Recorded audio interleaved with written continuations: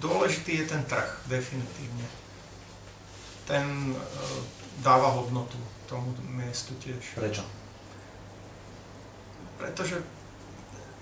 Pretože je to trh, môžeš si tam výjsť, nakúpiť dôležité veci, ktoré potrebuješ, ktoré majú inú kvalitu ako z nejakého obchodu nemenovaného. A hlavne, ešte popri tom, že si tam nakúpiš, stretneš tam ľudí. Pretože je to kultúra.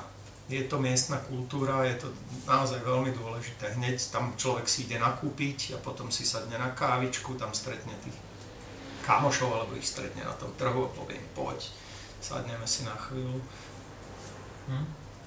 Veľa vecí sa tam dozvie človek.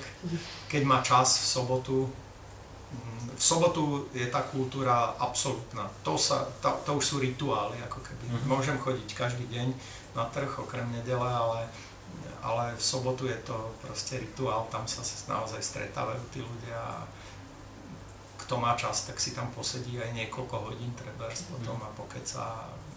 Je to taká naozajstná sobota.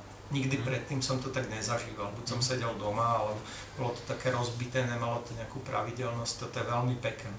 Teraz sa cítim ako, že možno, že už som taký dospelý.